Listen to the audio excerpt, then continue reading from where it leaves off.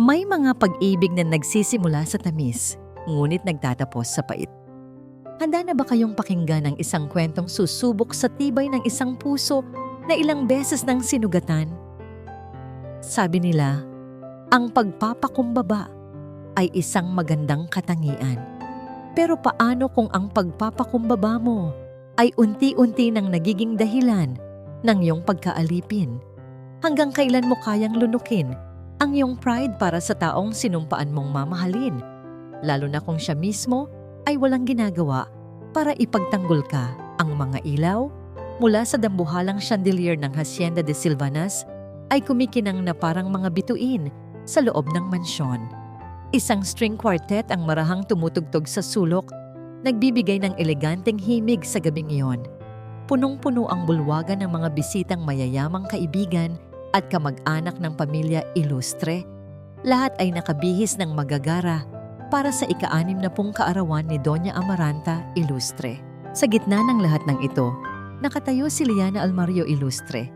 May ngiti sa kanyang mga labi. Isang ngiting pinraktis niya ng ilang oras sa salamin. Suot niya ang isang simpleng yet eleganteng kasuotan. Isang perpektong imahe ng isang mapagmahal na manugang. Bawat tawa, bawat tango, bawat pakikipag-usap niya sa mga bisita ay isang kalkuladong galaw.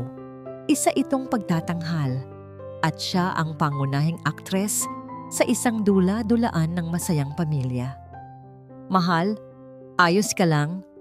Bulong ng kanyang asawang si Mikael na mas kilala bilang Kael. Inakbayan siya nito, ngunit para kay Liana, ang haplos na yon ay kasing lamig ng yelo. Ngumiti lamang siya. Oo naman, mahal. Ang saya-saya ng party ni Mommy. Ang salitang Mommy ay parang lason na dumaan sa kanyang dila. Nakita niya si Doña Amaranta sa kabilang dako ng silid, napapalibutan ng kanyang mga amiga, tumatawa ng malakas, ang reyna sa kanyang kaharian. Bawat galaw nito ay may bigat ng kapangyarihan, isang kapangyarihang ginagamit nito para durugin ang sinumang hindi nito gusto. At sa kasamaang palad, si Liana ang palaging nasa tuktok ng listahan. Dumating ang oras ng pagbibigay ng mga regalo. Sunod-sunod na inabot ng mga bisita ang kanilang mga handog, alahas, mamahaling bag, mga travel package. Nang si Liana na ang lumapit, dala ang isang maingat na binalot na regalo, tila huminto ang lahat. Ngumiti siya kay Amaranta. Isang ngangiting sinubukan niyang gawing pinakatotoo. Happy birthday po, Mommy! Binuksan ni Amaranta ang regalo sa harap ng lahat.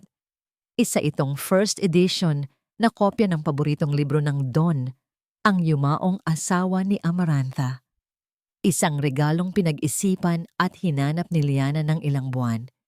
Ngunit imbis na pasasalamat, isang matalim na ngisi ang sumilay sa labi ni Amaranta. Itinaas niya ang libro. Isang libro? How sentimental, sabi niya. Ang boses ay puno ng pangungutya. Salamat, Liana. Akala ko pa naman ay yung bagong sasakyan na nakita ko sa showroom ang ibibigay mo. Tutal ay ang laki naman ng kinikita mo sa kondo mo. Nagtawanan ang mga kaibigan ni Amaranta. Naramdaman ni Liana ang pag-init ng kanyang mga pisngi. Hinanap ng kanyang mga mata si Kael, umaasang ipagtatanggol siya nito. Ngunit nakita niya lamang itong pilit na ngumingiti. Nag-iiwas ng tingin.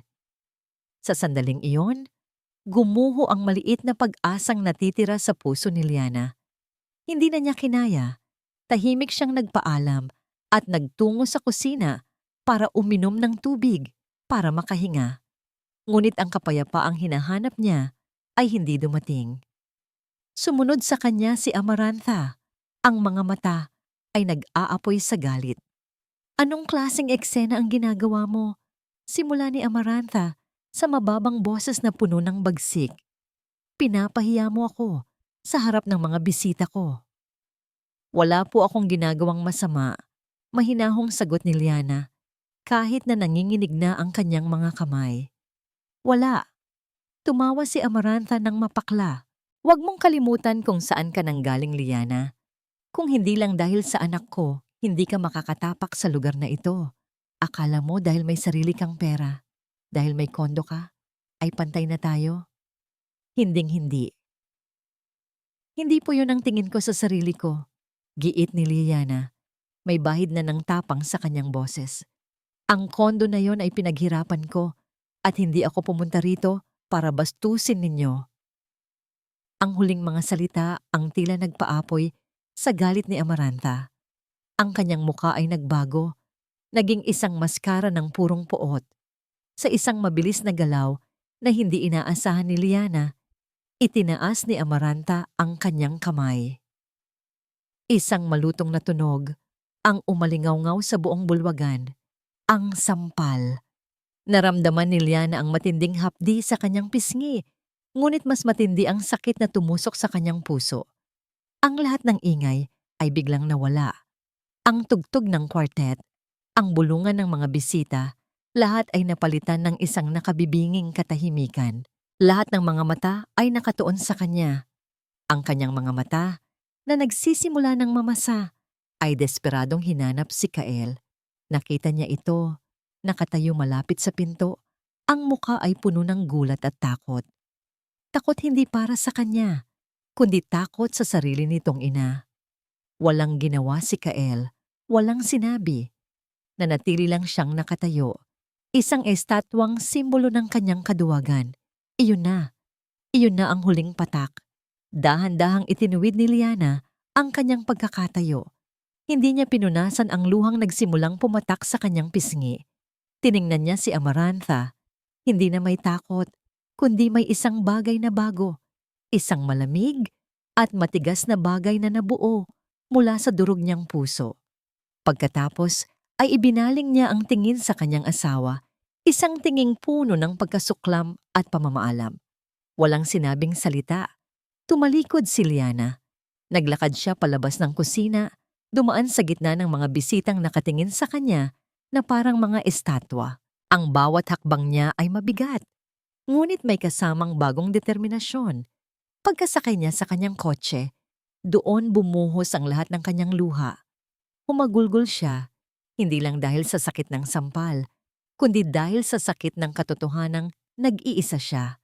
Ilang beses nag-ring ang kanyang telepono. Sa screen, ang pangalan, Kael. Hindi niya ito sinagot. Hinayaan niya lang itong mag-ring hanggang sa mamatay.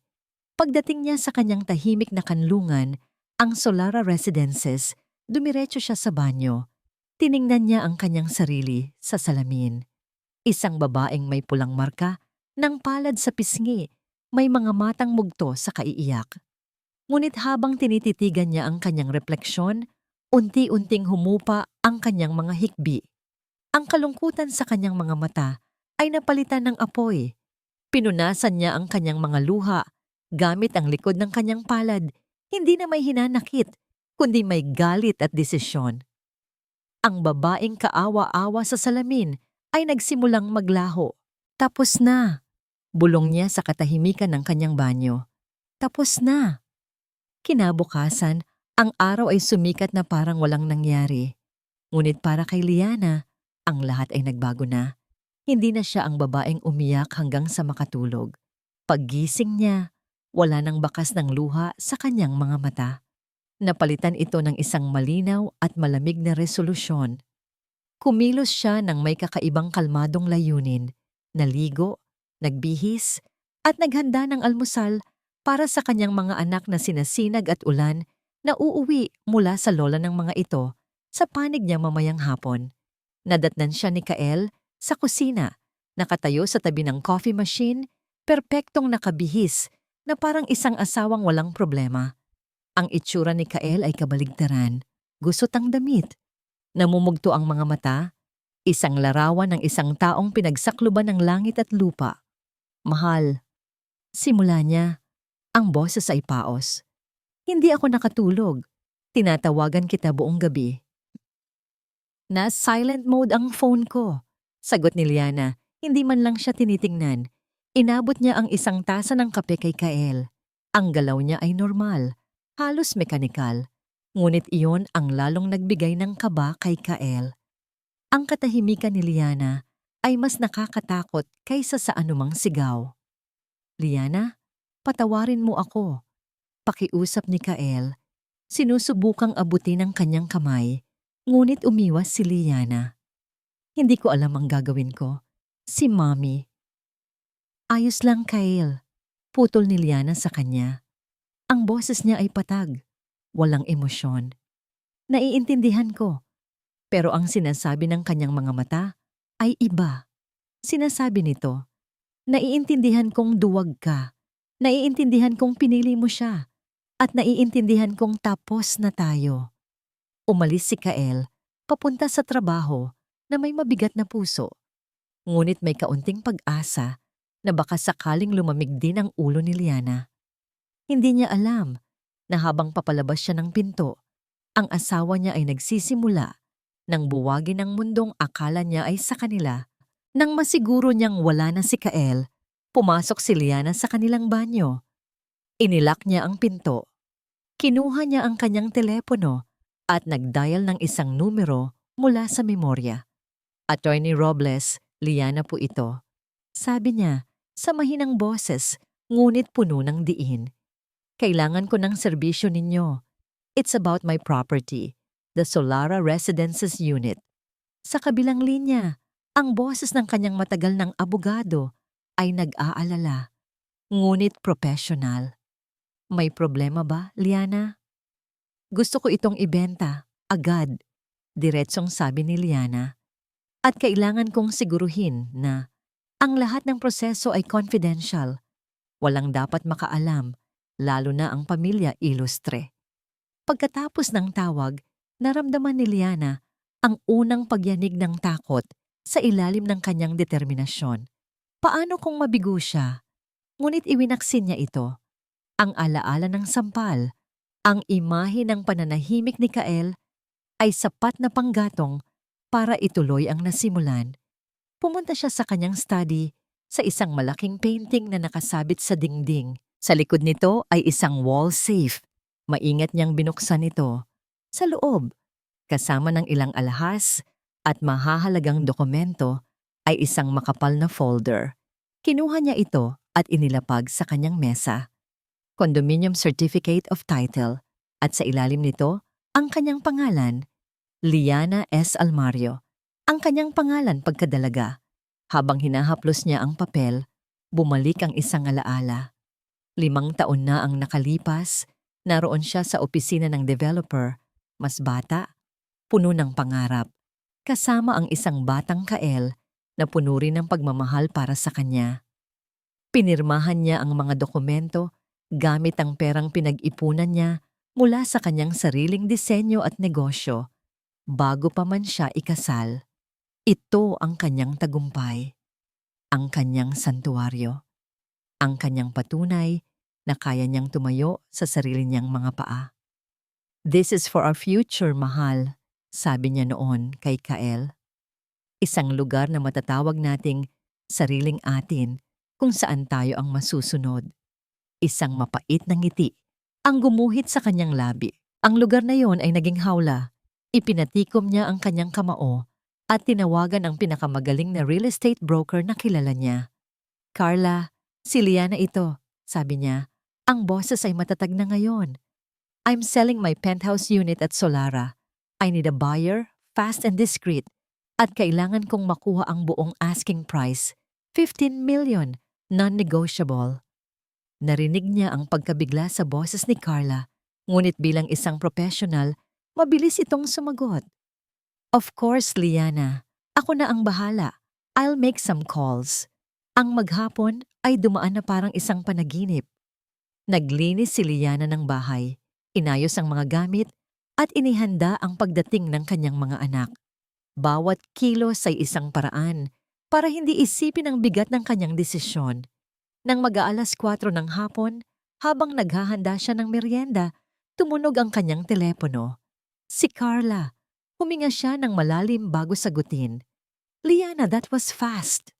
Bungad ni Carla, may halong pagkamangha sa boses. Mayroon na akong seryosong inquiry. He's a big-time businessman, willing to pay in cash. Naramdaman ni Liana ang pagbilis ng tibok ng kanyang puso. Sino siya? Nag-alinlangan si Carla sa kabilang linya. Iyon na nga, Liana. May isang kondisyon siya.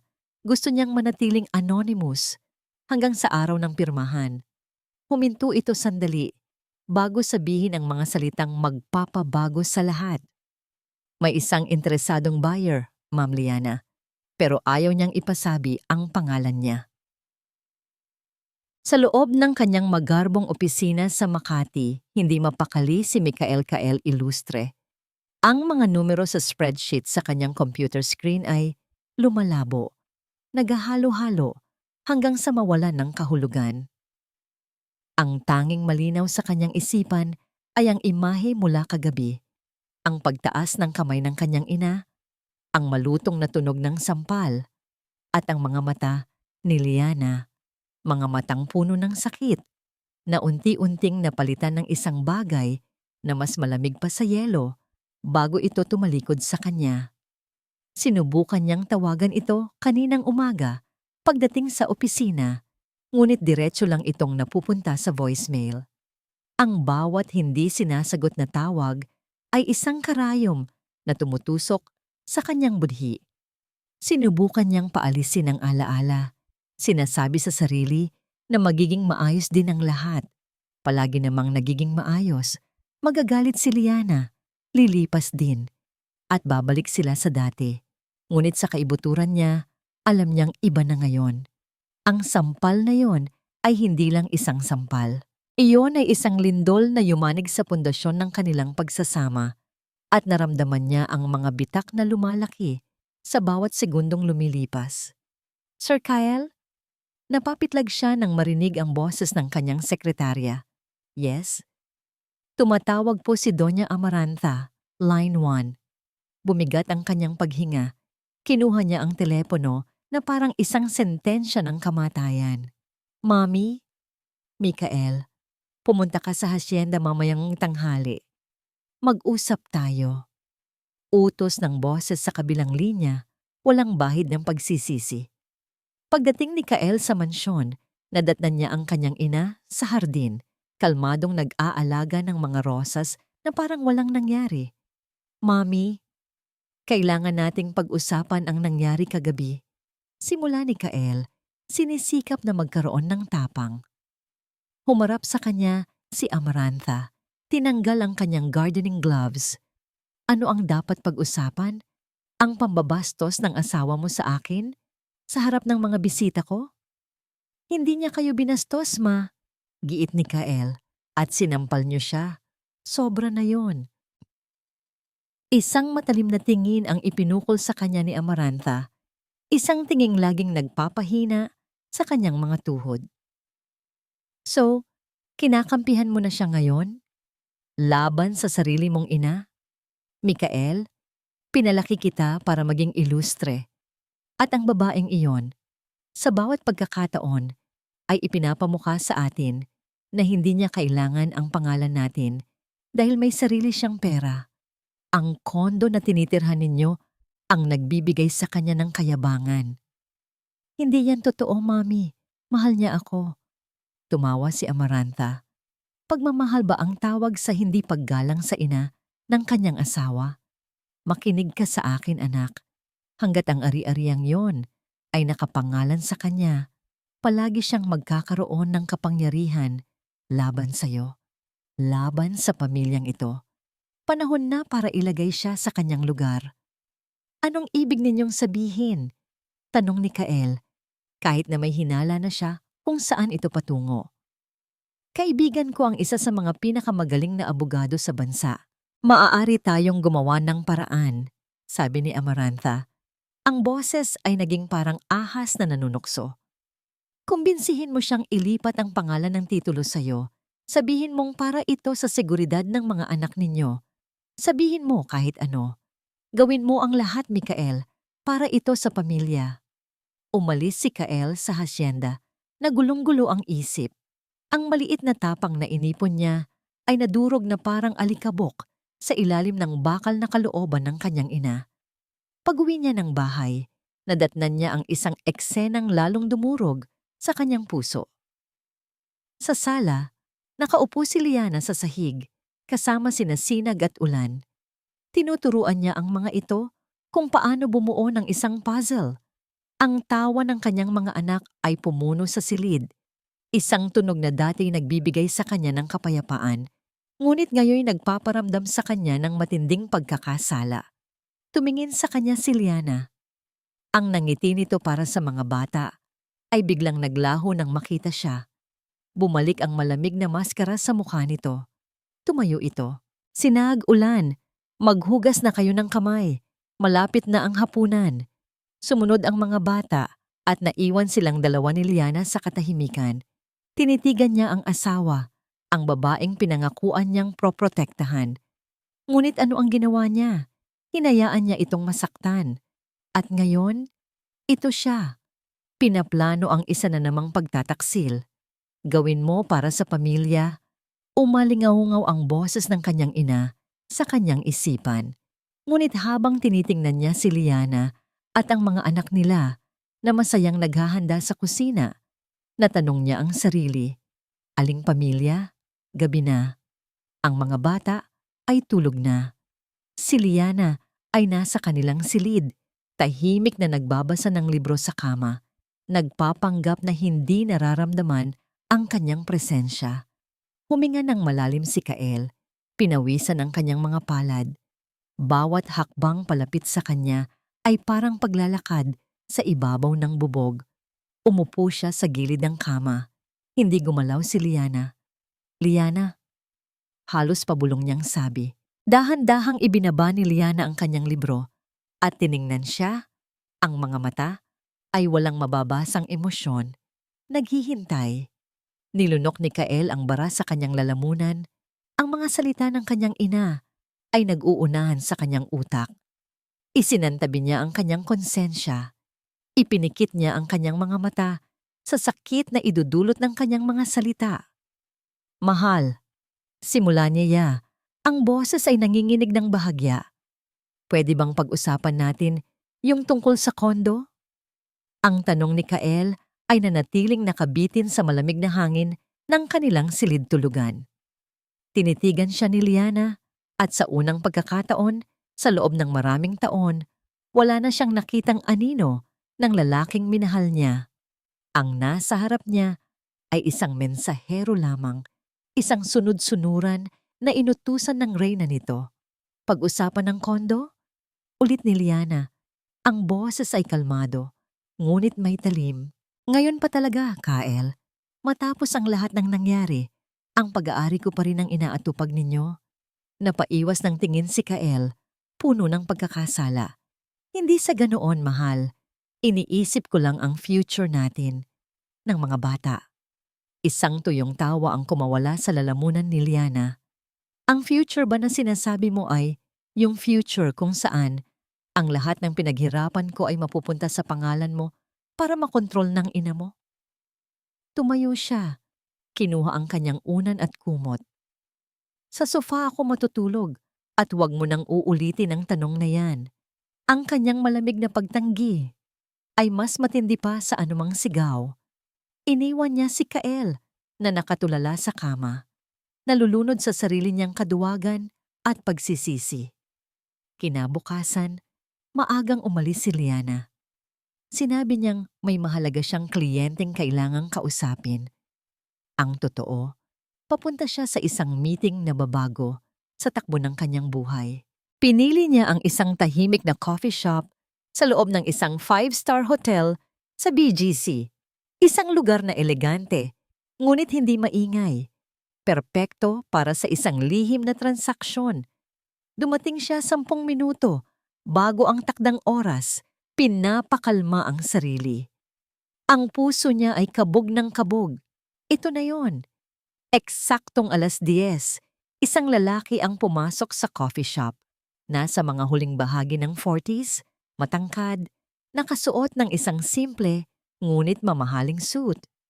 Ang kanyang tindig ay nagpapakita ng kumpiyansa, ngunit ang kanyang mga mata ay kalmado at mapanuri. Agad siyang nakita nito sa sulok. Miss Almario? Tanong ng lalaki. Ang boses ay malalim at magalang. I'm Dante Lagdameo. Tumayo si Liana at inilahad ang kanyang kamay. Mr. Lagdameo, thank you for coming. Ang pagkakamay nila ay matatag, profesional. Umupo si Dante at umorder ng kape. Hindi siya nagpaligoy-ligoy. I'll be direct, Miss Almario. Simula niya ang tingin ay seryoso at nakatuon sa kanya. I want the property. I'm ready to meet your price and all your conditions regarding discretion. Ngunit kailangan kong malaman, sigurado ka na ba talaga rito? Nagulat si Liana sa kanyang prangkang pananalita. Ngunit nagbigay ito sa kanya ng kumpiyansa. Ito ang taong kailangan niya. Desidido at diretso. Opo, Mr. Lagdameo. I am 100% sure. Good, sabi ni Dante. Pero kung hindi niyo mamasamain, bakit kailangan pang maging ganito kalihim ang lahat? It's a prime property. Maraming magkaka-interes kahit hindi itago. Ito na ang pagsubok. Huminga ng malalim si Liana. Dahil ang transaksyong ito ay hindi lamang tungkol sa pagbebenta ng isang bahay. Ito ay tungkol sa pagbili ko ng aking kalayaan.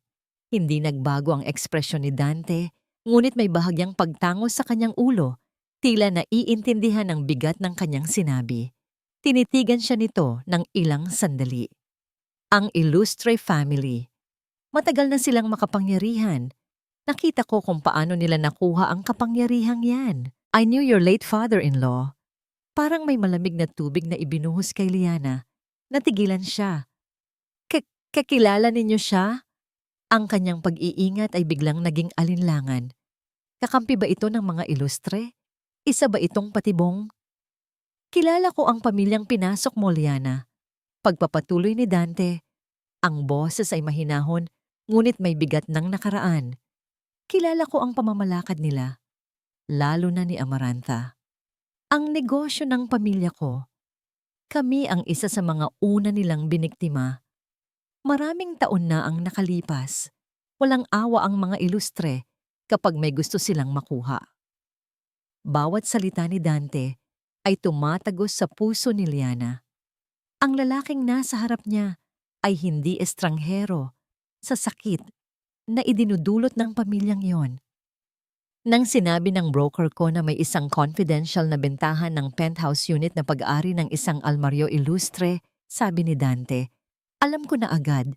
Alam kong hindi ito simpleng real estate transaction. Ito ay isang pagtakas.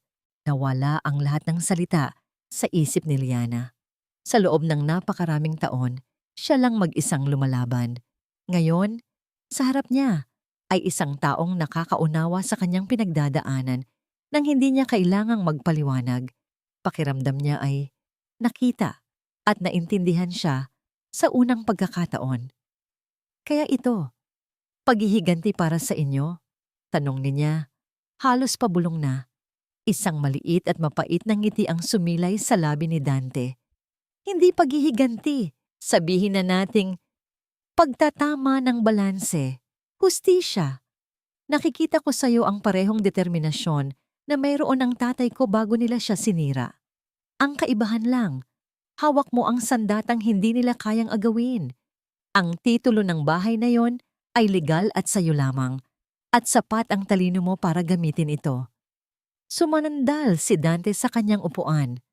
Ako na ang bahala sa lahat. Ang mga abogado ko na ang makikipag-ugnayan sa iyo. Walang sino man sa pamilya Illustre ang makakaalam ng pagkatao ko hanggang sa araw na gusto mo silang malaman. Ang hiling ko lang ay panindigan mo ito hanggang sa dulo. Tinitigan ni Liana si Dante. Hinahanap ang anumang senyales ng panloloko sa kanyang mga mata. Ngunit wala siyang nakita.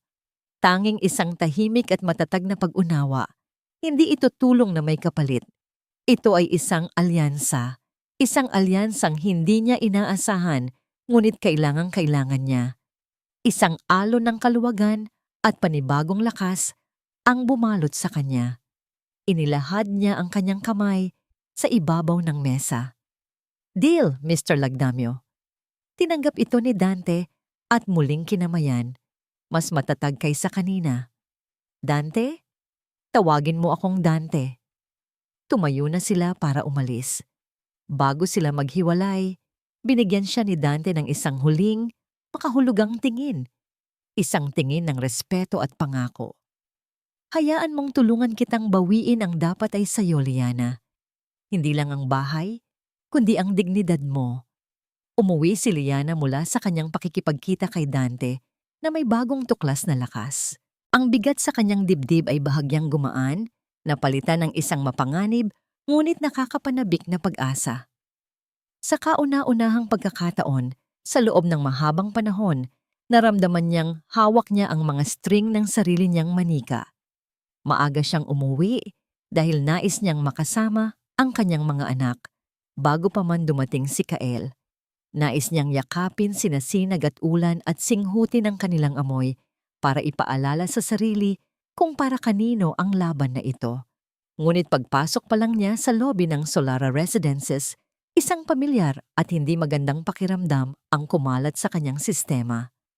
Pagbukas ng pinto ng kanyang penthouse unit, ang unang bumungad sa kanya ay hindi ang masayang sigaw ng mga anak o ang magiliw na bati ng kanilang yaya na si Ginhawa. Ang bumungad sa kanya ay isang pares ng sapatos sa may pinto. Mamahalin, matalimang dulo, ang uri ng sapatos na isinusuot ng isang reyna kapag bibisita sa teritoryo ng kanyang nasasakupan. Mga sapatos ni Doña Amaranta. Biglang bumilis ang tibok ng puso ni Liana. Paano siya nakapasok? Ang yaya lang nila ang may duplicate key at hindi kailanman ito magpapapasok nang wala siyang pahintulot. Isang kaluskos mula sa master bedroom ang sumagot sa kanyang mga tanong. Dahan-dahan siyang naglakad. Bawat hakbang ay maingat at puno ng masamang pangitain. Naririnig niya ang boses ni Ginhawa, pakiusap at puno ng pag-aalala. Ma'am Amaranta, baka po magalit si Ma'am Liana. Manahimik ka, Ginhawa. Sino ang amo dito? Sagot ng matapang na boses ni Amaranta.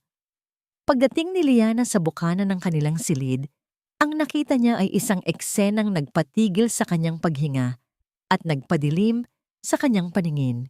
Nakatayo si Doña Amaranta sa gitna ng kwarto, nagbibigay ng mga utos. Sa tabi nito ay may dalawang malalaking kahon at sa loob ng isang kahon, nakita ni Liana ang kanyang mga personal na gamit. Ang koleksyon niya ng mga libro, ang mga litrato ng kanyang mga magulang, ang maliit na music box na regalo ng kanyang yumaong lola. Ang mga piraso ng kanyang pagkatao, bago pa siya naging isang ilustre, ay itinatapon na parang basura. Ano? Anong ginagawa ninyo dito? Nanginginig na tanong ni Liana. Napalingon si Amarantha. Hindi man lang nagulat. Isang mapagmataas na ngiti ang sumilay sa kanyang mga labi. Liana, iha, mabutit dumating ka. Tinutulungan lang kitang mag-declutter. Masyado nang masikip ang kwartong ito sa mga luma mong gamit. It's time to redecorate, to make it look more like an illustre home. Ang bawat salita ay isang sampal. Mas masakit pa sa pisikal na sampal na natanggap niya. Ito ay isang pagtatangkang burahin siya. Wala kayong karapatan. Mariing sabi ni Liana, ang po ay biglang naglaho sa kanyang pananalita. Ito ang pamamahay ko. Ito ang mga gamit ko. Pamamahay mo? Tumawa si Amaranta. Ang pamamahay na ito ay tinitirhan din ng anak ko.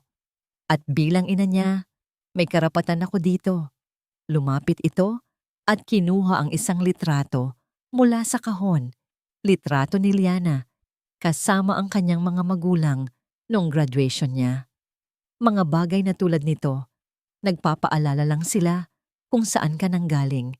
Hindi na kailangan yan dito. Isang bagay ang pumutok sa loob ni Liana. Ang lahat ng pasensya, lahat ng pagpapakumbaba, lahat ng luhang nilunok niya sa loob ng 5 taon ay sumabog. Huwag ninyong hahawakan yan, sigaw niya. Mabilis niyang inagaw ang litrato mula sa kamay ni Amaranta. Sino ang nagpapasok sa inyo dito? Sino ang nagbigay sa inyo ng susi? Ang ngisi ni Amaranta ay lalong lumawak. Puno ng tagumpay. Bakit hindi mo tanungin ang mabait mong asawa? At sa tiyempong yon, Bumukas ang pinto. Pumasok si Kael, pagod mula sa trabaho, ngunit ang pagod sa kanyang mukha ay agad na napalitan ng gulat at takot nang makita ang eksena. Mommy, Liana, anong nangyayari dito? Hindi na kailangan ni Liana ng sagot. Sa isang sulyap sa namumutlang mukha ni Kael, sa paraan ng pag-iwas nito ng tingin, sa biglaang pamamawis ng noo nito, alam na niya. Ang lalaking sinumpaan niyang makakasama habang buhay, ang ama ng kanyang mga anak, ang lalaking dapat sana'y kanyang kakampi. Siya ang nagkanulo sa kanya. Siya ang nagbigay ng susi sa kaaway para pasukin ang kanilang tahanan. Siya ang nagbigay ng pahintulot para sirain ang kanyang santuaryo. Nabitawan ni Liana ang hawak na litrato. Hindi na siya umiiyak. Wala ng luha. Ang nararamdaman niya ay hindi na sakit. Ito ay isang matinding pagkasuklam, isang malamig na galit na tumagos hanggang sa kanyang mga buto. Mahal, Mami, tama na po yan. Nautal na sabi ni Kael, sinusubukang mamagitan. Hindi siya pinansin ni Liana. Dahan-dahan siyang tumalikod mula sa mag-ina. Naglakad siya papalabas ng silid. Ang bawat hakbang ay tahimik at tiyak. Dumaan siya sa sala, pumasok sa kanyang maliit na study at isinara ang pinto. Kinuha niya ang kanyang telepono. Ang kanyang mga kamay ay hindi na nanginginig. Ang kanyang paghinga ay kalmado. Ang kanyang puso ay parang naging bato. Nagdial siya. Isang ring lang, sinagot agad ito. Attorney Robles, sabi ni Liana, ang boses ay patag, walang emosyon at ganap na desidido. Ituloy na natin. Ngayon na. Ang opisina ni Attorney Robles ay tahimik at malamig. Ang tanging maririnig ay ang mahinang ugong ng aircon at ang kaluskos ng mga papel na inilalatag ng abogado sa ibabaw ng malaking mahogany desk. Sa harap ni Liana ay ang huling set ng mga dokumento. Ang Deed of Absolute Sale, isang legal na kasulatan na maglilipat ng lahat ng kanyang karapatan sa penthouse unit, ang kanyang santuwaryo, ang kanyang pinaghirapan, sa pangalan ni Dante Lagdamio. Kinuha ni Atong Robles ang isang Montblanc pen at marahang inilagay sa tabi ng mga papel. Liana, ito na. Kapag napirmahan mo na ito, wala nang bawian. Ang boses ng matandang abogado ay puno ng pag-aalala. Ang kanyang mga mata ay nagtatanong kung handa na ba talaga siya.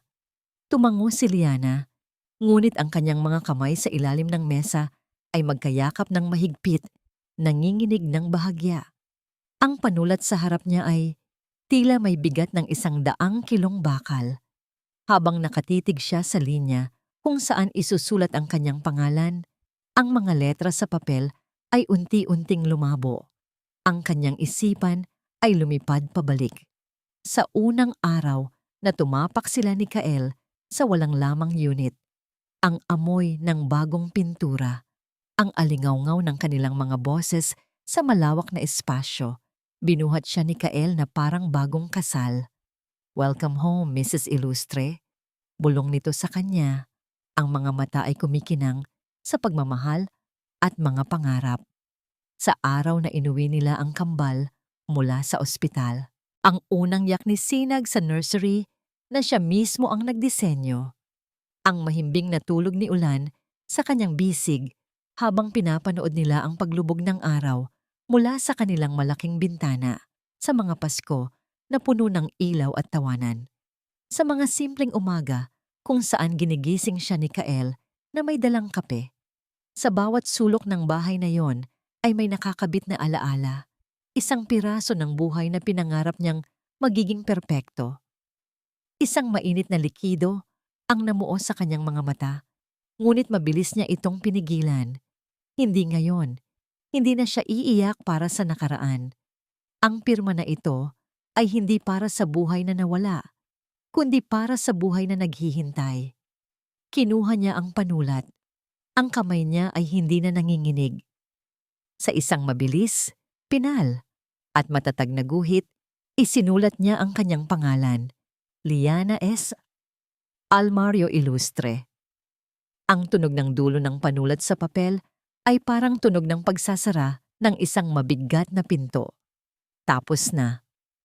"Salamat po, Attorney Robles," sabi niya. Ang boses ay kalmado na.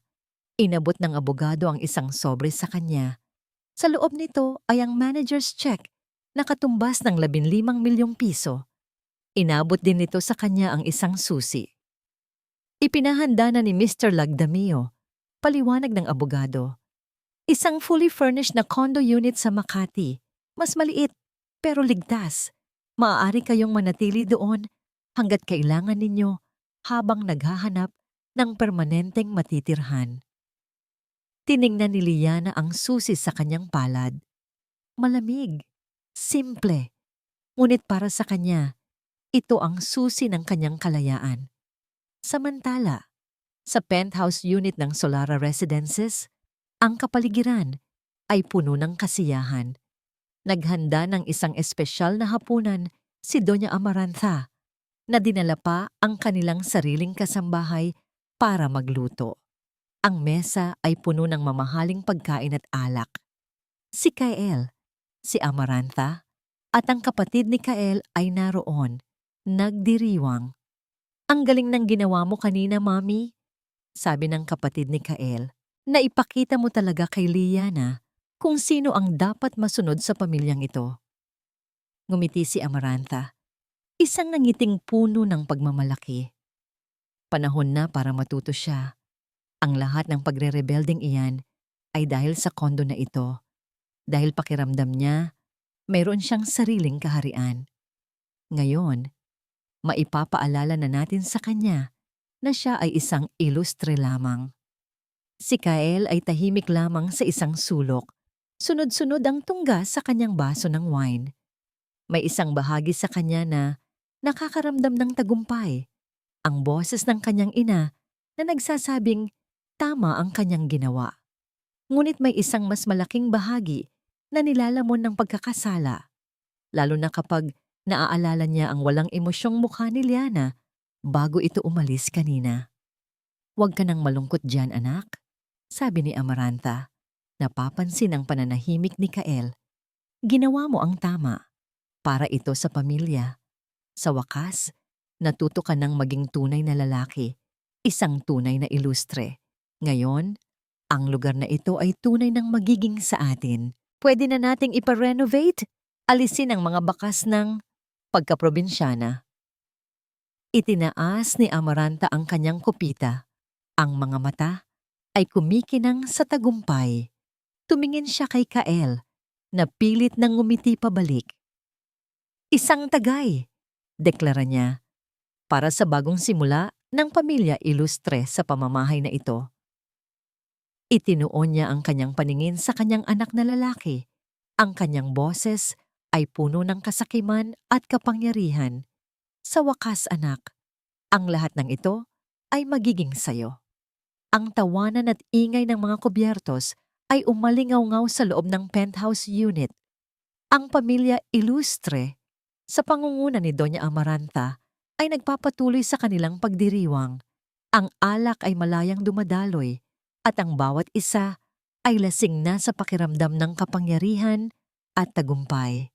Para sa kanila, ito na ang simula ng kanilang absolutong paghahari sa buhay ni Liana. "Kael, anak, bukas na bukas din ay tawagan mo ang interior designer na sinasabi ko," utos ni Amarantha habang pinupunasan ng table napkin ang gilid ng kanyang bibig. "Gusto kong ang unang mabago ay ang kwarto ninyo. Palitan ang lahat ng gamit, gawing mas enggrande." "Opo, Mami," sagot ni Kael, kahit na ang nangiti niya ay hindi umaabot sa kanyang mga mata. Sinusubukan niyang maging masaya, ngunit ang imahe ng nasaktang mukha ni Liana ay patuloy na bumabagabag sa kanya. Bigla, isang malakas na tunog ang pumutol sa kanilang masayang usapan. Ang tunog ng doorbell. Nagkatinginan sila, hindi sila nag-aasahan ng bisita. "Baka si Liana na yan," sabi ng kapatid ni Kael. May halong panunuya. Siguro'y handa nang humingi ng tawad. Tumawa si Amarantha. "Pabuksan mo, Kael. Hayaan nating makita niya kung gaano tayo kasaya. May pag-aalinlangang tumayo si Kyle at naglakad papunta sa pinto. Pagbukas niya nito, hindi ang humihingi ng tawad na si Liana ang kanyang nakita. Ang bumungad sa kanya ay si Liana.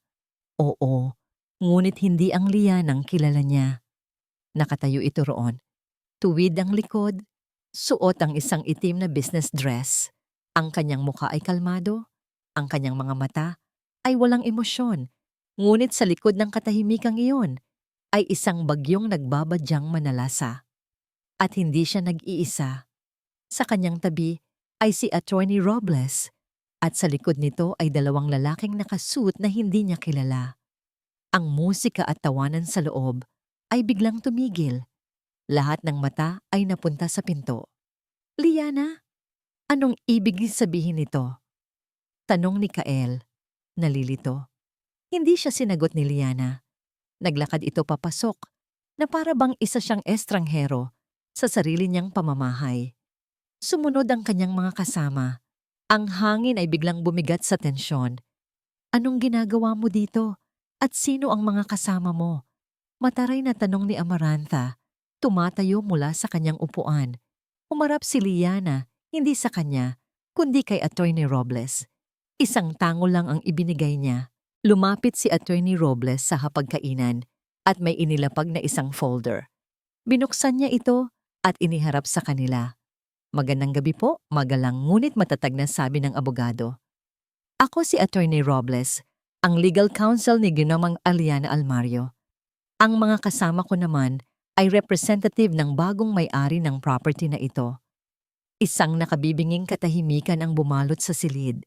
Ang salitang bagong may-ari ay umalingaw-ngaw na parang isang putok ng baril. Ano? Halos sabay na sabi ni Amarantha at Kael. Ipinagbibigay alam po namin sa inyo na simula pa kaninang 5:00 ng hapon, ang penthouse unit na ito, kasama ang lahat ng parking slots na nakapaloob dito, ay legal nang naibenta at nailipat sa pangalan ng aming kliyente, paliwanag ni Attorney Robles habang itinuturo ang Deed of Absolute Sale at ang bagong kopya ng titulo. Kinuha ni Kael ang papel. Nanginginig ang mga kamay.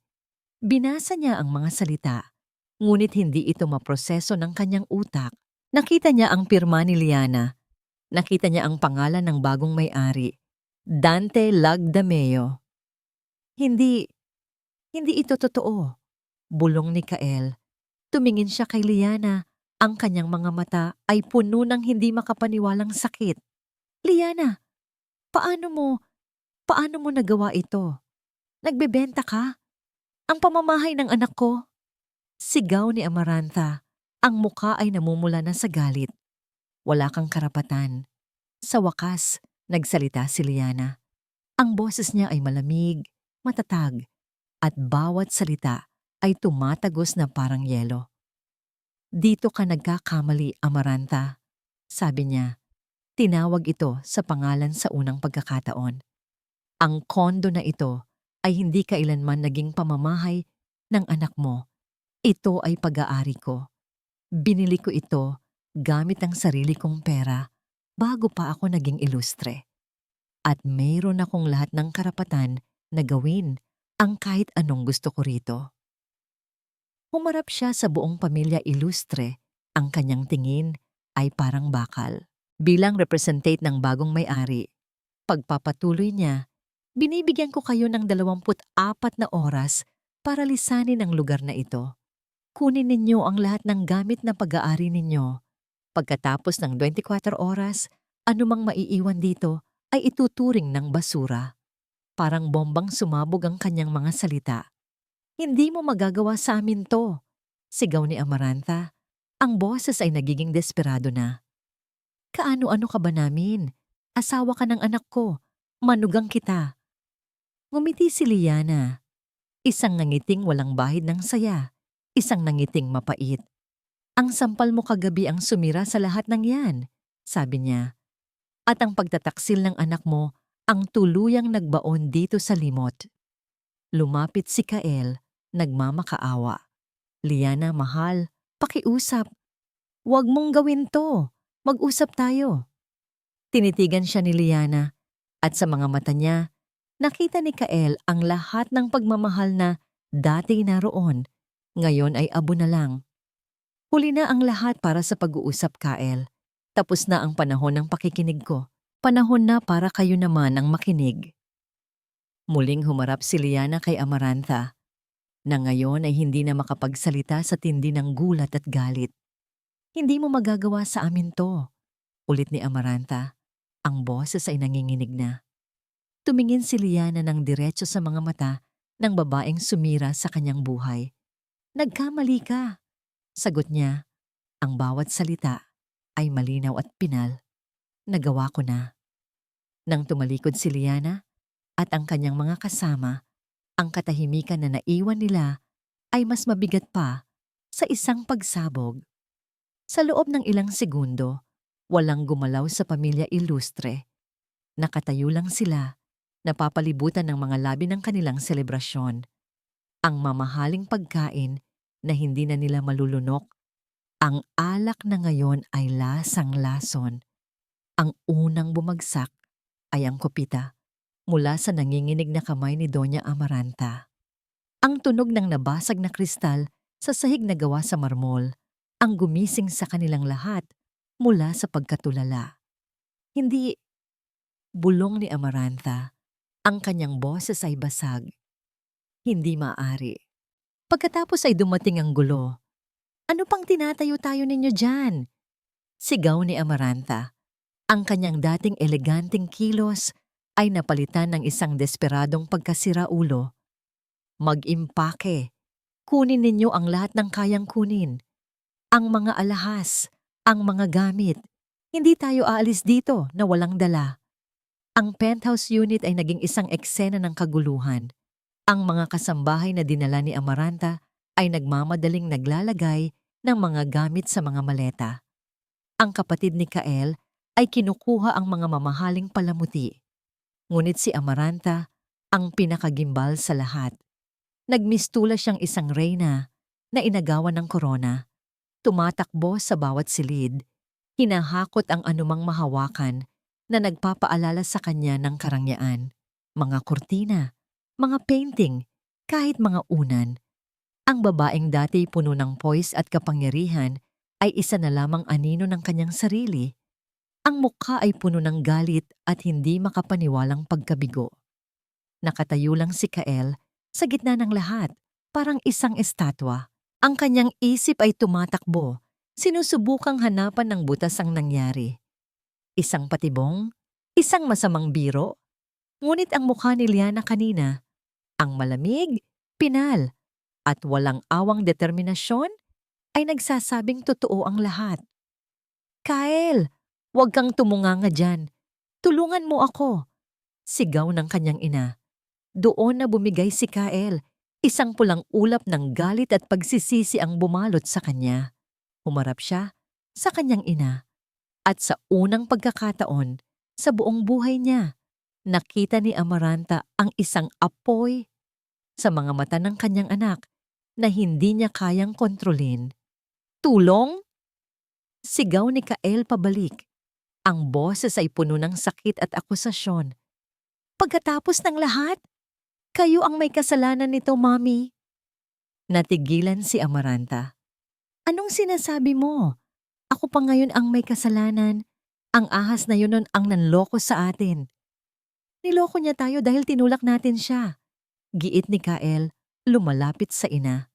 Sinabi ko na sa inyo na sobra na, pero hindi kayo nakinig. Ang gusto niyo lang ay kontrolin siya. Kontrolin ang pera niya. Kontrolin ang buhay namin. Ayan ang nakuha ninyo. Nawala na ang lahat. Kung naging tunay ka lang na lalaki, hindi sana mangyayari ito. Ganti ni Amarantha.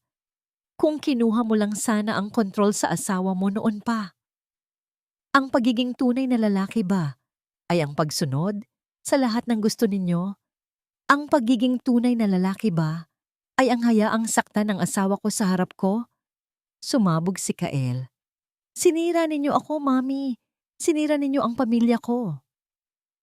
Ang huling mga salita ay tumama kay Amarantha na parang sampal. Ngunit bago pa siya makasagot, tumalikod na si Kael. Wala na siyang pakialam sa mga gamit. Wala na siyang pakialam sa gulo. Ang tanging nasa isip niya ay si Liana. Kailangan niya itong mahanap. Kailangan niyang humingi ng tawad. Kailangan niyang ayusin ito.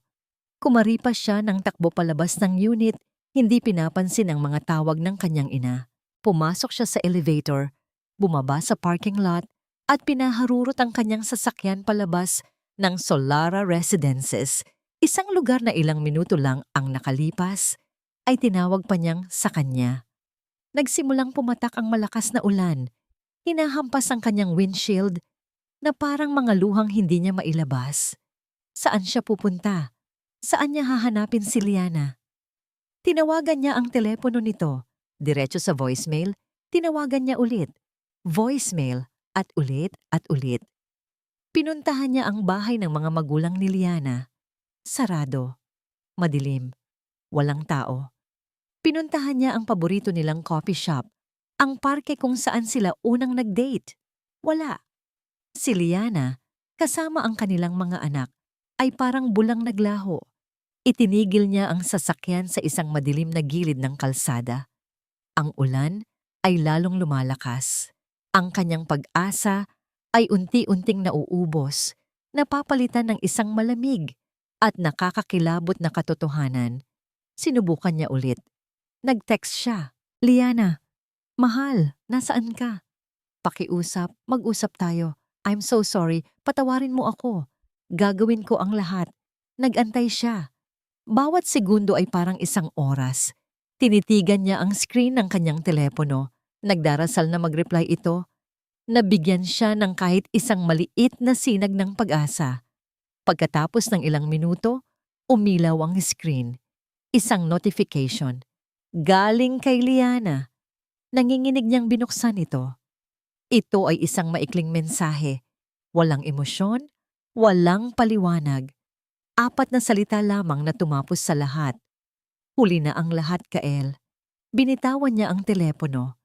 Ang 4 na salitang iyon ay paulit-ulit na umalingaw-ngaw sa kanyang isipan. Mas malakas pa sa kulog sa labas. Huli na. Huli na. Hindi na niya napigilan. Isinubsob niya ang kanyang ulo sa manibela. At doon, sa gitna ng malakas na buhos ng ulan, sa loob ng kanyang mamahaling kotse na ngayon ay parang isang kulungan, humagulgol si Kael. Isang iyak na puno ng pagsisisi, ng nawalang pag-ibig, at ng nakakabinging katotohanan na siya. Sa sarili niyang mga kamay, ang sumira sa lahat ng bagay na mahalaga sa kanya. Isang buwan na ang lumipas. Ang malakas na buhos ng ulan sa gabing iyon ay napalitan na ng sikat ng araw na malayang pumapasok sa mga bintana ng bagong tahanan ni Liana. Hindi ito isang penthouse sa tuktok ng isang nagtataasang gusali. Isa lamang itong maliit na townhouse sa isang tahimik na subdivision sa Quezon City, isang lugar na may maliliit na hardin at mga batang naglalaro sa kalye. Hindi ito kasing garbo ng dati, ngunit para kay Liana, ito ay isang palasyo. Wala na ang malamig na marmol, napalitan ito ng mainit na sahig na gawa sa kahoy. Wala na ang mga chandelier, mayroon na lamang simpleng ilaw na nagbibigay ng sapat na liwanag. Hindi ito isang gintong hawla, ito ay isang pugad. Sa sala, abala si Liana sa paglalagay ng mga bagong kurtina, habang sinasinag at ulan ay masayang nagpipinta sa isang maliit na mesa sa sulok. Ang hangin ay puno ng amoy ng bagong lutong cookies at ng tawa ng kanyang mga anak, mga tunog at amoy na matagal nang nawala sa kanyang buhay. "Mommy, look!" Masayang sabi ni Sinag, ipinapakita ang kanyang obra, isang pamilya ng 3 stick figures sa ilalim ng isang malaking bahaghari. Ngumiti si Liana, isang ngangiting totoo at walang halong pagkukunwari. Lumuhod siya para yakapin ang kanyang mga anak. "Ang ganda, anak. Ang ganda-ganda." Sa yakap na yon, naramdaman niya ang kapayapaan. Ang lahat ng sakit, lahat ng hirap, ay sulit para sa sandaling ito. Biglang tumunog ang doorbell. Nagkatinginan sila ng mga bata. Hindi pa gaanong marami ang nakakaalam ng kanilang bagong address. Maingat siyang sumilip sa bintana. Ang nakita niya ay isang pamilyar na itim na sasakyan. Si Dante Lagdameo. Pagbukas niya ng pinto, isang magalang na ngiti ang sumalubong sa kanya. Hindi ito ang Dante na nakilala niya sa coffee shop. Mas relax ito. Nakasuot lang ng simpleng polo shirt. May dalang isang bayong ng mga prutas. Dante! Gulat niyang sabi. Hindi ko inaasahan ang pagbisita mo. Pasensya na kung hindi ako nakapagsabi. Napadaan lang ako sa area. Paliwanag ni Dante, ang mga mata ay may sinserong nangiti. Para sa inyo. Pinatuloy niya ito. Ang presensya ni Dante sa kanilang maliit na sala ay hindi nagbigay ng kaba, kundi ng isang pakiramdam ng seguridad. Ipinakilala niya ito sa kanyang mga anak na magalang na nagmano. Nagtimpla si Liana ng kape at naupo sila sa kanilang maliit na dining area. Kamusta na kayo dito? Maayos ba ang lahat? Tanong ni Dante. Oo, higit pa sa maayos, sagot ni Liana at naniwala siya sa sarili niyang mga salita. Tahimik, mapayapa. Ito ang lahat ng kailangan namin. I'm glad to hear that, sabi ni Dante. Liana, ang dahilan kung bakit ako naparito, bukod sa pangangamusta, ay meron akong gustong ialok sa'yo. Nakinig si Liana. Ang relasyon nila ni Dante ay nanatiling propesyonal sa nakalipas na buwan, puro sa pamamagitan lamang ng mga abogado. Ito ang unang pagkakataon na nag-usap sila ng personal mula noong unang pagkikita. Ang isa sa mga kumpanya ko ay magtatayo ng isang bagong lifestyle and design hub. Pagpapatuloy ni Dante. Isang lugar para sa mga local artists, furniture designers, at mga creative entrepreneurs. Nakita ko ang portfolio mo, ang mga disenyo mo bago ka pa man ikasal. Magaling ka, Liana. Meron kang mata para sa ganda at pagiging praktikal. Huminga siya ng malalim at gusto kong ikaw ang mamuno sa buong proyekto. Natigilan si Liana. Ang lahat ng kanyang pangarap sa propesyon, ang lahat ng kanyang ambisyon na isinantabi niya para sa kanyang pamilya ay biglang bumalik. Ang babaeng designer na akala niya ay matagal nang namatay sa loob niya ay biglang nagising. Pero, Dante, hindi ko alam kung kaya ko, sabi niya, puno ng pag-aalinlangan. Kaya mo. Matatag na sabi ni Dante. Hindi ito pabor. Hindi ito tulong. This is a business proposal. I'm investing in your talent. Ikaw ang magiging head creative director. Ikaw ang masusunod sa lahat ng aspeto ng disenyo. What do you say? Tiningnan ni Liana ang kanyang mga kamay. Ang mga kamay na dati puro pag-aasikaso lang sa asawa't biyenan ang ginagawa. Ngayon, binibigyan siya ng pagkakataong lumikha muli. Bumuo. Muling buuin ang kanyang sarili. Isang ngiti ang dahan-dahang sumilay sa kanyang mga labi. Hindi ito ang nangiting pilit. Hindi rin ang nangiting mapait. Ito ay isang nangiti ng purong pag-asa at pananabik. Parang isang bulaklak na muling bumuka pagkatapos ng isang mahabang bagyo. Yes, sabi niya. Ang boses ay puno ng bagong kumpiyansa. Yes, Dante. Tinatanggap ko. Ang ngiti ni Dante ay naging mas malawak. Excellent.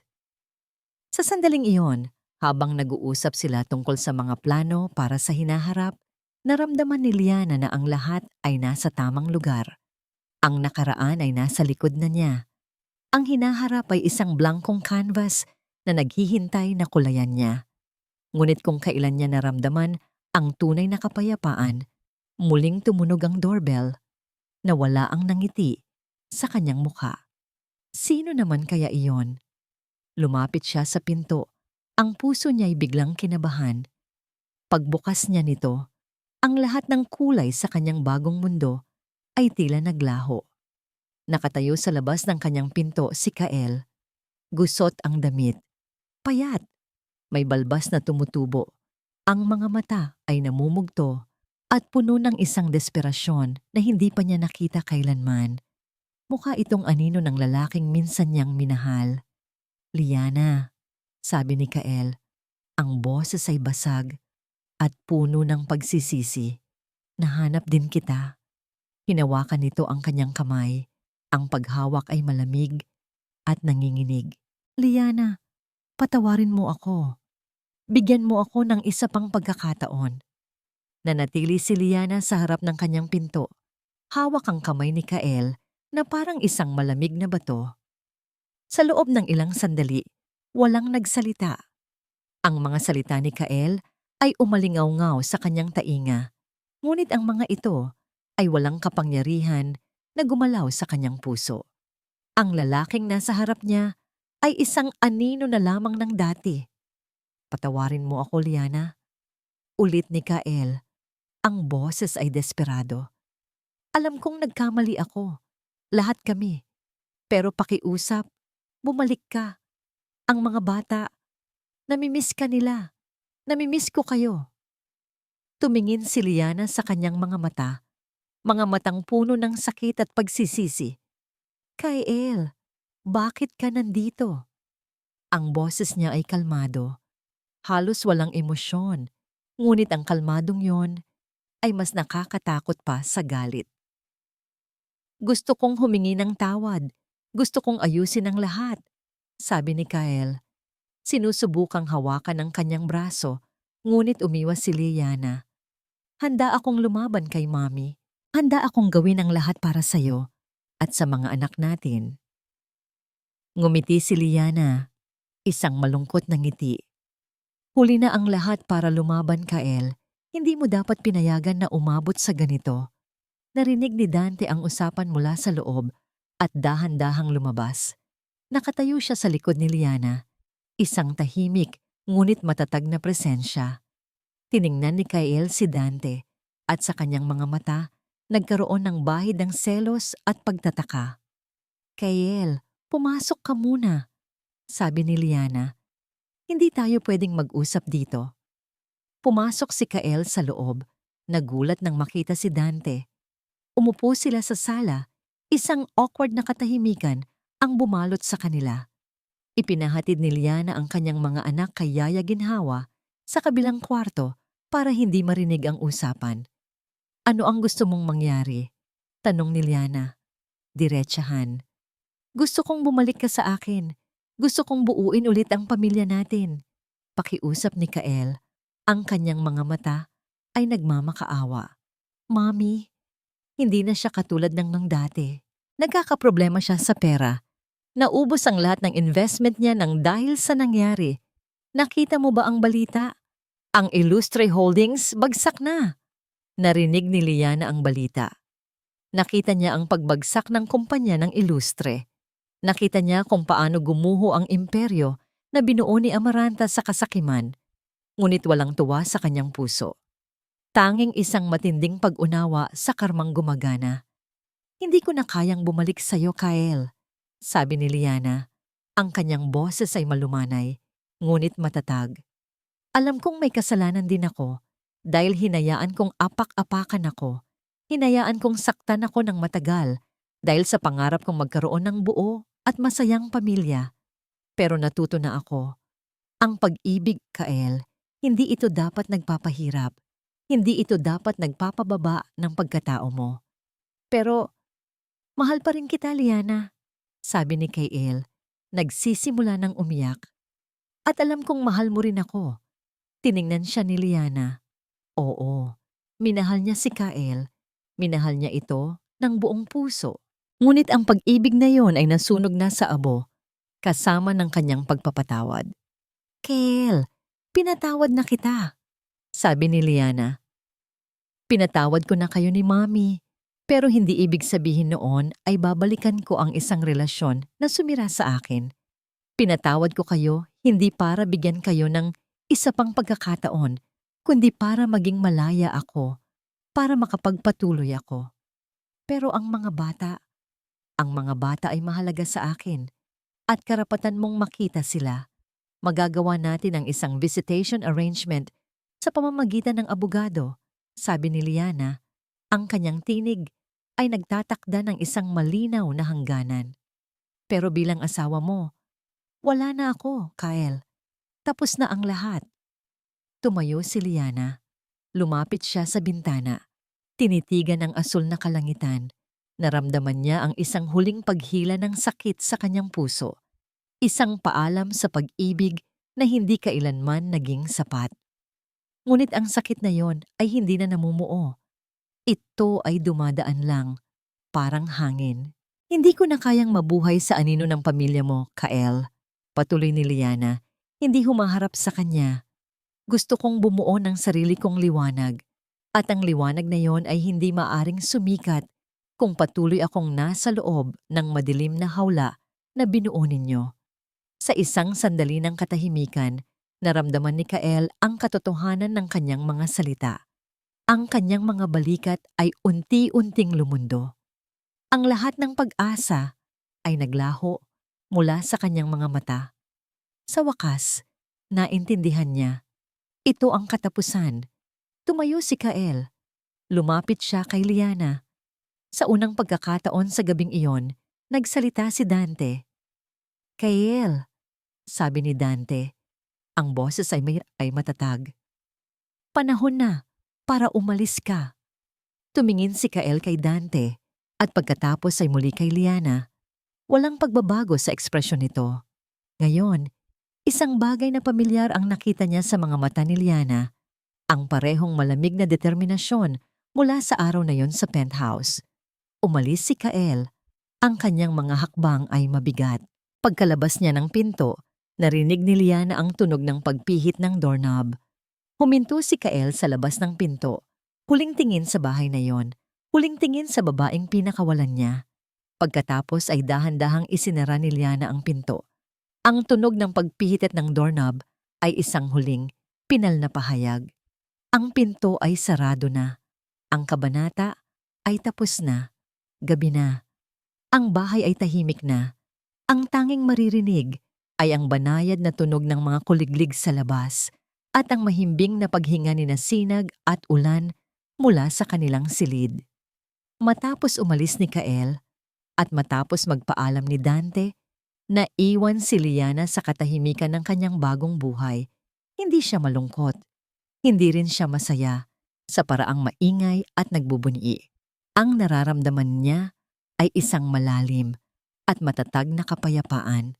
Ang pakiramdam ng isang barkong nakahanap ng kanlungan pagkatapos ng isang napakatinding bagyo. Nagtimpla siya ng tsa at naupo sa kanyang maliit na study table kung saan nakapatong ang kanyang sketchpad at mga lapis. Ngunit hindi pagguhit ang hanap ng kanyang kaluluwa ngayong gabi. Ang hanap niya ay pagsasara. Binuksan niya ang isang drawer at kinuha ang isang bago at blankong journal na may leather cover. Regalo niya ito sa kanyang sarili noong unang araw niya sa townhouse. Binuksan niya ito sa unang pahina. Ang blankong papel ay tila isang paanyaya, isang pagkakataon na isulat ang huling salita sa isang kabanatang matagal nang dapat natapos. Kumuha siya ng panulat, huminga ng malalim, at nagsimula siyang sumulat. Hindi ito isang entry para sa araw na yon. Ito ay isang liham para sa babaeng minsan niyang nakalimutan. Mahal kong Liana, kumusta ka na? Siguro'y binabasa mo ito mula sa isang lugar sa nakaraan. Isang lugar kung saan ang puso mo ay puno pa ng mga pangarap na walang bahid ng sakit. Siguro'y nasa araw ka ng iyong kasal, nakatingin sa lalaking akala mo'y magiging iyong sandigan at nangangarap ng isang perpektong pamilya. Ang Lianang iyon, gusto ko siyang yakapin. Gusto kong sabihin sa kanya na magiging matatag siya. Gusto ko ring sabihin sa kanya na magkakamali siya. Magkakamali ka, mahal kong sarili. Magkakamali ka sa pag-aakalang ang pag-ibig ay nangangahulugan ng walang katapusang pagpapasensya. Aakalain mong ang paglunok sa iyong pride, ang pagtahimik sa harap ng pang-aapi, ay isang uri ng kalakasan. Aakalain mong ang pagbibigay ng lahat-lahat, kahit wala nang matira para sa sarili mo, ay ang sukatan ng pagiging isang mabuting asawa at manugang. Dahil diyan, masasaktan ka, madudurog ka. Darating ang isang gabi kung saan isang sampalang gigising sa'yo sa katotohanang ang hawlang pinasok mo ay hindi pala gawa sa ginto, kundi sa rehas ng pagpapakumbabang naging pagkaalipin. Pero gusto kong malaman mo, Liana, pinapatawad kita. Pinapatawad kita sa pananahimik mo. Pinapatawad kita sa pagiging bulag mo. Pinapatawad kita dahil hindi mo agad nakita ang iyong halaga. Dahil alam ko ngayon, ang bawat sugat na iyong natamo ay naging hagdan mo palabas sa dilim. Huminto siya sa pagsusulat. Isang butil ng luha ang pumatak sa papel, ngunit mabilis niya itong pinunasan. Hindi ito luha ng pighati. Ito ay luha ng pag-unawa. Naaalala mo ba ang araw na pinirmahan mo ang mga papeles para ibenta ang ating santuaryo? Ang takot na halos magpamanhid sa iyong mga daliri, ngunit ginawa mo pa rin. Sa sandaling iyon, natuklasan mo ang isang bagay na mas matibay kaysa sa takot, ang iyong dignidad.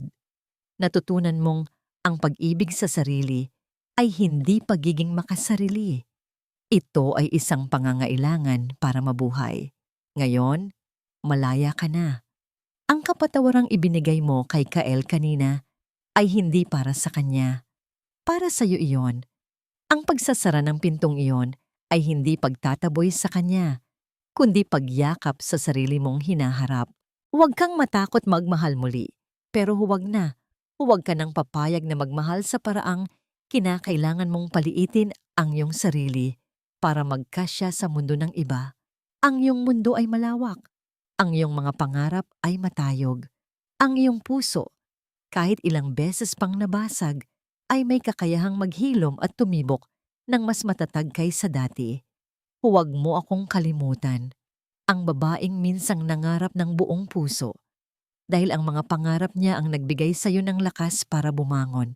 At ako, dito sa hinaharap, hinding-hindi kita kalilimutan dahil ang mga sugat mo ang nagpatibay sa akin. Tinapos niya ang liham. Binasa niya itong muli mula simula hanggang dulo. Ang bawat salita ay isang pagkilala sa kanyang paglalakbay. Isang pagtanggap sa lahat ng sakit at tagumpay. Maingat niyang tiniklop ang papel. Kinuha niya ang isang maliit na kahon na gawa sa kahoy. Isang memory box na bigay pa sa kanya ng kanyang ina. Sa loob nito ay ang mga litrato ng kanyang magulang, ang unang sapatos ni Sinag at Ulan, at iba pang maliliit na bagay na mahalaga sa kanya. Inilagay niya ang nakatiklop na liham sa loob ng kahon. Habang isinasara niya ang takip nito, isang ngiti ang sumilay sa kanyang mga labi. Ito ay pagsasara ng isang kabanata, isang pangako. Para sa babaeng dati ako, bulong niya sa katahimikan ng gabi, at para sa babaeng magiging ako. 6 na buwan ang lumipas, ang sikat ng araw ay tumatagos sa malalaking salaming bintana ng isang modernong gusali sa gitna ng BGC. Sa loob ng isang conference room na puno ng mga arkitekto at designer, nakatayo si Liana sa harap, nagpepresenta ng kanyang vision para sa Hiraya Design Hub. Ang espasyo ay hindi lamang dapat maging maganda. Paliwanag niya, ang kanyang boses ay puno ng kumpiyansa at passion. Dapat itong maging isang lugar na nagbibigay inspirasyon. Isang lugar kung saan ang bawat Pilipinong malikhain ay nararamdamang meron silang tahanan.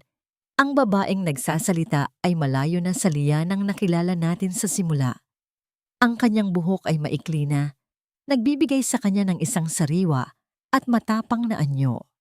Ang kanyang mga mata ay nagniningning hindi dahil sa mga luhang pinipigilan, kundi dahil sa apoy ng kanyang mga pangarap. Siya na ngayon si Miss Almario, ang kinikilalang Head Creative Director ng pinakaaabangang proyekto ng Lagdamio Corp. Pagkatapos ng matagumpay na presentasyon, lumapit sa kanya si Dante, may ngiti ng paghanga sa kanyang mga labi. Congratulations, Liana. You never fail to impress me. Salamat sa tiwala, Dante. Sagot ni Liana, isang nangiting profesional, ngunit may bahid ng tunay na pasasalamat. Ang kanilang relasyon ay nanatiling isang matatag na pagkakaibigan at partnership. Isang relasyong binuo sa respeto, hindi sa pangangailangan. Ang kanyang buhay ngayon ay isang perpektong balanse. Sa umaga, siya ay isang leader na bumubuo ng mga pangarap. Sa hapon, pag-uwi niya sa kanyang townhouse, na binili na niya at itinuturing ng permanenteng tahanan, siya ay isang ina. Naabutan niya sina Sinag at Ulan sa kanilang hardin, masayang naglalaro kasama si Yaya Ginhawa. Ang katapatan ng matanda ay nanatili sa kanya, isang buhay na paalala ng kabutihang hindi kailanman nawala sa kanyang tabi. Mommy! Sabay na sigaw ng kambal at tumakbo para salubungin siya ng yakap. Iyon ang kanyang tunay na tagumpay. Ang tawa ng kanyang mga anak, ang kapayapaan sa kanyang tahanan, ang kalayaan na maging siya. May mga araw, tuwing ikatlong Sabado ng buwan, na dumadalaw si Kael. Tinutupad ni Liana ang kanyang pangako. Pinapayagan niya itong makasama ang mga bata sa isang parke o mall. Nakikita niya ang pagsisisi sa mga mata ni Kael, ang unti-unti nitong pagbabago. Ngunit ang nakikita niya ay isang estranghero na lamang na may koneksyon sa kanyang nakaraan, hindi ang lalaking magiging bahagi ng kanyang hinaharap. Ang pinto sa pagitan nila ay nanatiling sarado. Isang Sabado ng umaga, dinala ni Liana ang kanyang mga anak sa tabing dagat. Ito ang kanilang bagong tradisyon. Habang nagtatayo ng sandcastle sina Sinag at Ulan, malapit sa pampang, naupo si Liana sa buhanginan. Pinapanood sila. Ang hangin mula sa dagat ay sariwa. Dinadala ang amoy ng asin at kalayaan. Ang tunog ng mga alon na humahampas sa dalampasigan ay parang musika sa kanyang pandinig. Isang himig ng walang katapusang pagbabago at pag-asa. Isang maliit na kamay ang humawak sa kanya. Si Sinag. "Mommy, look at the sun." Turo nito sa silangan. Tumingala si Liana. Ang araw ay dahan-dahang umaangat mula sa abot-tanaw. Ang kalangitan ay nag-aapoy sa kulay kahel o sasat ginto. Isang bukang liwayway. Niyakap niya ang kanyang mga anak. Hinayaan ang init ng araw na bumalot sa kanilang tatlo. Sa sandaling iyon, naramdaman niya ang isang lubos na kagalakan. Hindi na siya isang biktima, hindi na siya isang asawang inaapi o isang manugang na inaalipusta. Siya si Liana Almario. Isang ina, isang leader, isang babaeng muling binuo ang kanyang sarili mula sa mga abo ng kanyang nasirang puso. Ang kanyang kwento ay hindi tungkol sa paghihiganti. Ito ay tungkol sa muling pagkabuhay. Ito ay tungkol sa pagtuklas na ang pinakamahalagang pag-aari na mayroon ang isang tao ay hindi isang bahay na nagkakahalaga ng 15 milyon, kundi ang dignidad at paggalang sa sarili na hindi mabibili ng anumang halaga. Ang halaga ng isang puso ay hindi nasusukat sa kung gaano karaming sakit ang kaya nitong tiisin, kundi sa kung paano ito natututong maghilom at tumibok muli para sa sarili. Ang tawa ni Liana, malaya at masaya, ay sumabay sa hampas ng mga alon. Sa harap niya, kasama ang kanyang dalawang pinakamamahal na yaman, ay isang bagong araw, isang bagong simula. Ang kanyang bukang liwayway, ang kwentong ating natunghayan ay isang paalala na ang tunay na kalayaan ay nagsisimula sa loob natin. Ito ay ang kakayahang iguhit ang linya sa pagitan ng pagmamahal at pag-abuso, sa pagitan ng pagpapakumbaba at pagpapaalipin. Itinuturo nito na ang pagpapatawad ay hindi para sa taong nakasakit sa atin, kundi para sa kapayapaan ng ating sariling puso. At higit sa lahat, ipinapakita nito na gaano man kadilim ang gabi, palaging may bukang liwayway na naghihintay para sa mga taong may sapat na tapang na lumaban para sa kanilang sariling liwanag. Maraming salamat po sa inyong walang sawang pagsubaybay sa kwento ni Liana. Sana po ay may napulot kayong aral at inspirasyon mula sa kanyang paglalakbay. Nais po naming marinig ang inyong mga saloobin. I-comment nyo lang po sa ibaba kung anong klaseng kwento naman ang gusto ninyong mapakinggan sa susunod. Hindi dito nagtatapos ang ating paglalakbay. Marami pa pong kwentong kasing ganda at mas puno ng aral dito sa aming channel. Kung nagustuhan nyo ang kwentong ito, i-like, i-share sa pamilya at mga kaibigan. At mag-subscribe na rin para lagi kayong updated sa mga susunod pa naming kwento. I-click nyo ang notification bell para kayo ang unang makarinig kapag may bago kaming upload. Pagpalain po kayo ng Panginoon, kayo at ang inyong buong pamilya. Hanggang sa muli!